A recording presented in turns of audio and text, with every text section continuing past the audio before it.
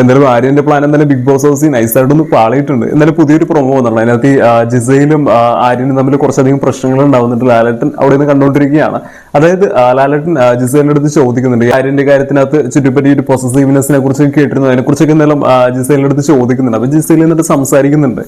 പിന്നെ അതിനുശേഷം ആര്യന്റെ കൂടെ വരുമ്പോഴത്തേക്കും ആര്യൻ പറയുന്നുണ്ട്, ഈ പറയുന്നത് ജിസേലിന്റെ അടുത്ത് ഒരുപാട് സംസാരിക്കുമ്പോൾ ഭയങ്കര ഇറിറ്റേഷൻ ആണ്, തലയൊക്കെ വേദന എടുക്കും. അതേസമയം വേദലക്ഷ്മി അടുത്ത് സംസാരിക്കുമ്പോൾ അത്തരത്തിലുള്ള ബുദ്ധിമുട്ടോ കാര്യങ്ങളൊന്നുമില്ല, ഭയങ്കര കംഫർട്ടബിൾ ആണ് എന്നൊക്കെ എന്തായാലും ആര്യം പറയുന്നുണ്ട്. അപ്പൊ ഇത് കേട്ടുകൊണ്ടിരിക്കുന്ന ജിസേലിന്റെ മുഖമൊക്കെ അങ്ങനെ മാറുന്നുണ്ട്. അതിനുശേഷം ട്രസ്റ്റിനെ കുറിച്ചൊക്കെ എന്തായാലും ആര്യൻ പറഞ്ഞ് ജിസേലിന്റെ അടുത്ത് ചൂടാവുന്നുണ്ട്. പിന്നെ അതുപോലെ തന്നെ ജിസേൽ പറയുന്നുണ്ടെങ്കിൽ നീ വേദലക്ഷ്മി അടുത്ത് തന്നെ സംസാരിച്ച് അവിടെ തന്നെ ഇരുന്നോ എന്നൊക്കെ പറഞ്ഞ് കുറച്ചധികം പ്രശ്നങ്ങൾ എന്തായാലും ഉണ്ടാകുന്നുണ്ട്. അപ്പൊ ഇതിനെല്ലാത്തിനും കാരണമായ ഒരു കാര്യം വെച്ചിട്ടുണ്ടെങ്കിൽ ആര്യന്റെ ഒരു പ്ലാൻ പാളി എന്നുള്ളൊരു ബോധ്യം എന്തായാലും ആര്യൻ മനസ്സിലാക്കിയതിനെ തുടർന്നാണ് എന്നാലും ഇത്തരത്തിലുള്ള പ്രശ്നങ്ങളൊക്കെ എന്തായാലും ഇപ്പൊ തുടങ്ങിയിരിക്കുന്നത്. അതായത് കഴിഞ്ഞ വീക്ക് നമുക്കറിയാലോ ഫാമിലി വീക്ക് ആയിരുന്നു. അപ്പൊ എല്ലാ ഫാമിലീസും വന്നപ്പോഴും എല്ലാവരും അടുത്ത് പറഞ്ഞൊരു കാര്യം എന്ന് വെച്ചിട്ടുണ്ടെങ്കിൽ ഒറ്റയ്ക്ക് നിന്ന് കളിക്കും, ഈ പറയുന്ന ആരെയും ഷാഡോ ആയിട്ടൊന്നും നിന്ന് കളിക്കാതിരിക്കുക എന്നുള്ള രീതിയിലൊക്കെ പലരും അർത്ഥം വെച്ച് എന്തായാലും പറയുന്നുണ്ട്. ഇതെല്ലാം കൂടി ഒന്ന് കൂട്ടി ആലോചിച്ച് നോക്കിയപ്പോഴത്തേക്കും ആര്യൻ എന്തായാലും മനസ്സിലായി കാണും എന്തായാലും തന്റെ ഇത് പ്ലാൻസ് ഒന്നും വർക്ക്ഔട്ട് ആവുന്നില്ല എന്നുള്ളൊരു കാര്യം.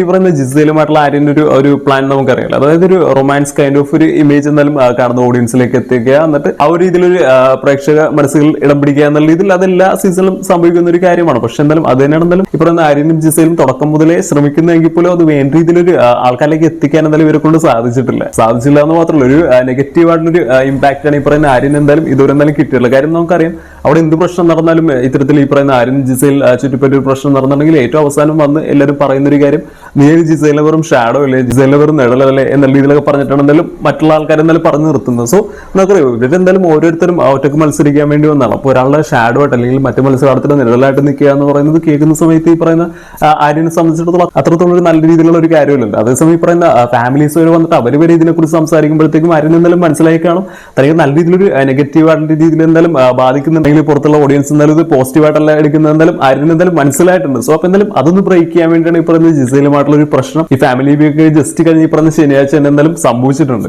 അപ്പൊ ആര്യനെ കുറിച്ചുള്ള നിങ്ങളുടെ അഭിപ്രായം എന്താണ്? അദ്ദേഹം ഒരു നല്ലൊരു പ്ലെയർ ആണ്, നല്ലൊരു മത്സരാർത്ഥിയാണ് എന്ന് എനിക്ക് തന്നെ തോന്നുന്നുണ്ടോ? അപ്പൊ എന്തായാലും നിങ്ങളുടെ അഭിപ്രായം ജസ്റ്റ് ഒന്ന് കമന്റ് ചെയ്യുക.